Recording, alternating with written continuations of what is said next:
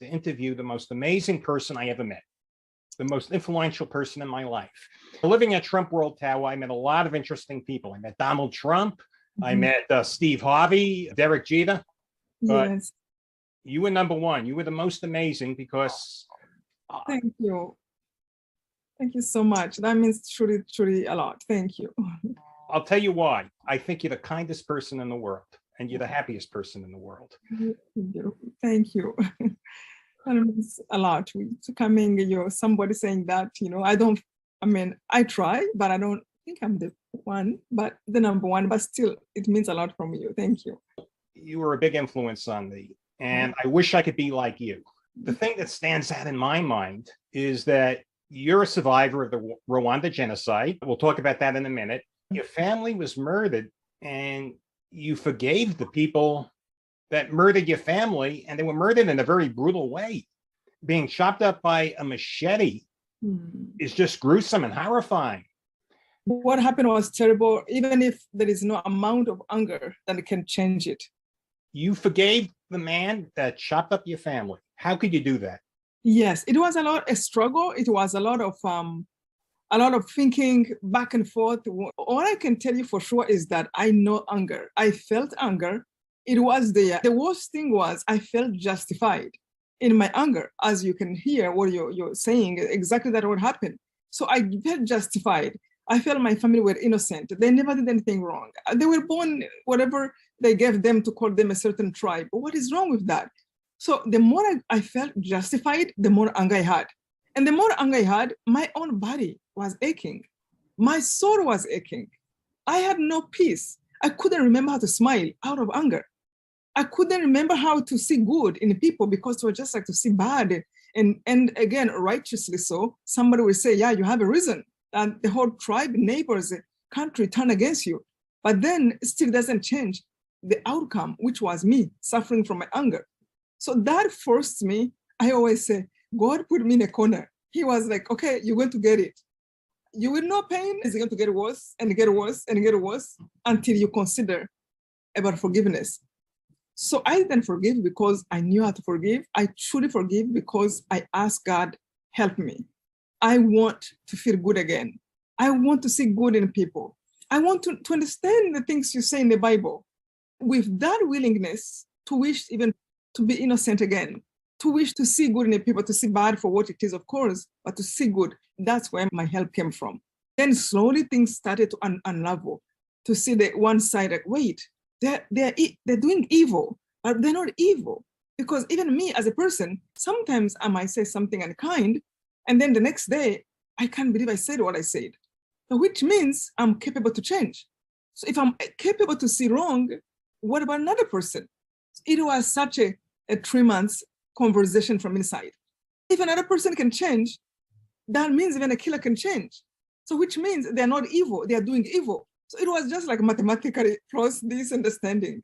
In the end, it came to, yes, how in the world did I first be sold to be angry like them?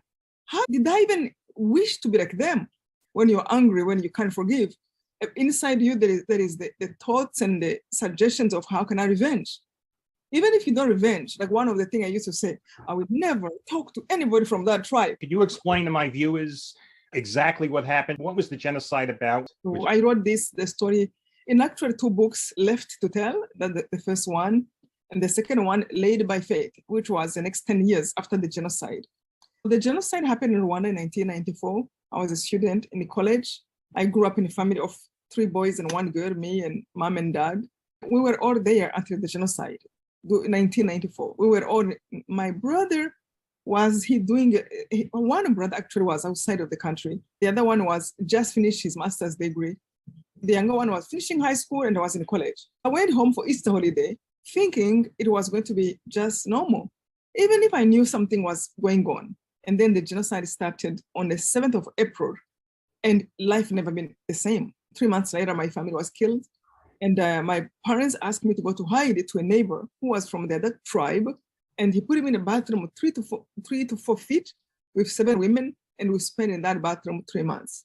The problem of the genocide, why it happened, in Rwanda, we had 2 main tribes, Tutsi and Hutu.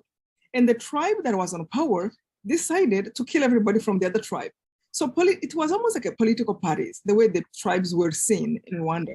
We all look alike, speak the same language, and for some reasons, they said, you belong to this tribe. And if you have a nose that is a little bit this and that, you are Tutsi or Hutu. Then they gave the identity cards. So you kind of fell in that tribe without even knowing how and why.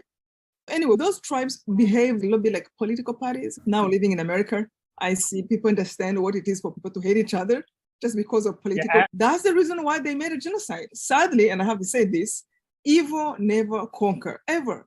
Evil will always fall in the end. It might suffer people, cause them pain, but in the end, the right thing will conquer. That's how I see life.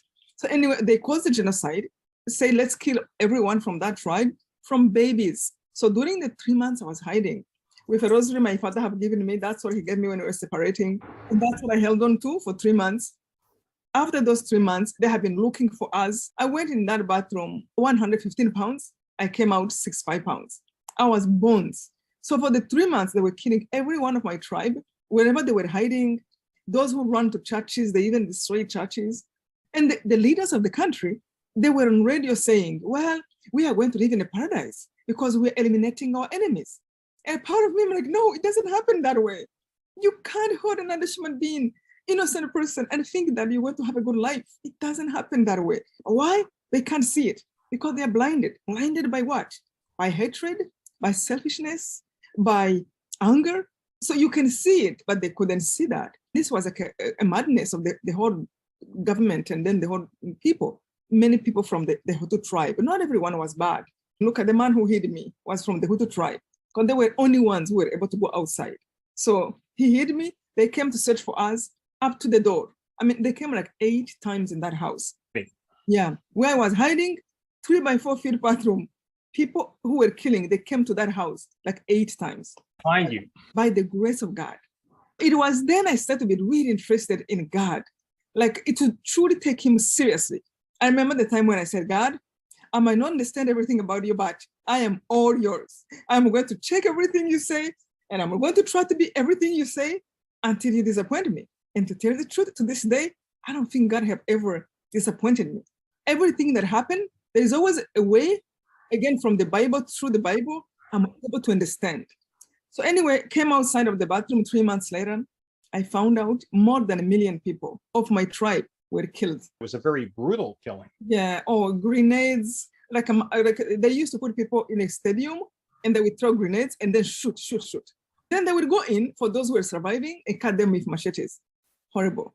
I mean, they tortured Tutsis. They used to cut their legs and just come to see if they're dying slowly. It was worst evil that you can. And now, of course, they have lost. How many of your family was killed? 98% of my whole family, including extended family, were killed. Your immediate family, if I remember from your book, was chopped up by a machete. Yes. I mean, that's absolutely horrible. And it was one person who did it? One person, he had a group he put together because he was a man of power. He put a group that was looking for me, that went and killed my mom and went and killed my brother. So I made the person who literally hands-on, who had the machete, and I made the person in prison who had the group that were looking for them. I heard them outside of the bathroom, and he was saying, it is only Immaculate we are lacking in the family. He was looking for me because they took everything from my home. They were looking to make sure no one will survive. Another person outside of the bathroom, he said he killed 400 by machete. And he said, I'm looking for Immaculate to make the 400. No, 399. You must have been really scared. It was so scary. So you forgave the man who really was responsible for chopping up your family in a gruesome way. I just can't get over that. If someone did that to my family, I'm going to be honest with you, I'd want to set them on fire slowly. But you forgave them and you're happy. I wish I could be like you. I wish to God I could be like you. I admire you. You're just so kind and you're happy. Again, I believe in God. I believe in the grace of God. I truly think that with forgiveness came the gift of the joy. There's so much division right now in the United States of America. There's so much hostility and radicalism in the Republican and the Democratic Party. Yes, people hate each other. What is your advice to America? I see that. I live in this country now. I go back and forth, of course, in Rwanda. But I just wish people can really take time to think individually and watch themselves and say, what am I doing? Even the things I'm believing, is this good or bad? What I'm thinking about another person, do I want to be the person who just think about evil and bad of other people without sometimes even knowing the people fully? You don't even know that person really well. You can judge what the person is saying in the moment, but don't go to hate them so much like you know everything about them. So what I wish in America, especially, it makes me think about what I have gone through during the genocide, how these two tribes who are brothers and sisters, coming from the same Father, God, that we are here on earth, God put us here willingly, individually, lovingly, and we are falling in the trap of Rwanda. We are falling in the trap of the devil that makes us look at ourselves like, oh, look at you, you're different, hurt each other. What if even somebody think about something differently? Can I bear them? Can I listen to why they think that way? Why do I have to hate them? I just wish that people can accept each other and also think back and learn something from Rwanda. This is what our politicians are preaching. It's almost the same thing as what happened in Rwanda. Sadly, if you can learn from Rwanda, the people who caused that, they did not win. I just wish people can see there is no good thing, no good outcome out of evil. I really appreciate taking the time to talk to me. Like I said, you're the most amazing person I ever met. To be able to forgive someone like you did, that's just amazing.